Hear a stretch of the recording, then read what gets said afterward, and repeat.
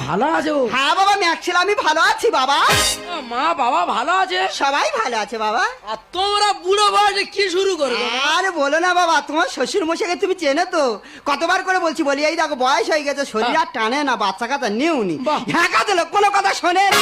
ও ভগবান দিচ্ছে আর তোমরা নিয়ে যাও। হ্যাঁ হ্যাঁ মা ফোটার টাইম হয়ে গেছে, ফোটা লাগাও। কপালটা একটু আগিয়ে দাও। হ্যাঁ ফোটা লাগাও। জামার কপালে দিলাম ফোটা, জামাই আমার 8 কুলোর বেটা। আমি 8 কুড়ে বেটা, আমার 6-7 ভাই বোনে 8 কুড়ে বেটা। ও বাবা এগুলো জামা ষষ্ঠীর নিয়ম বলতে হয়। ও মা গো জানা ছিল না। হ্যাঁ হ্যাঁ ও মা ফোটা লাগাও। জামার কপালে দিলাম ফোটা, জামাই আমার বংশের পাঁটা।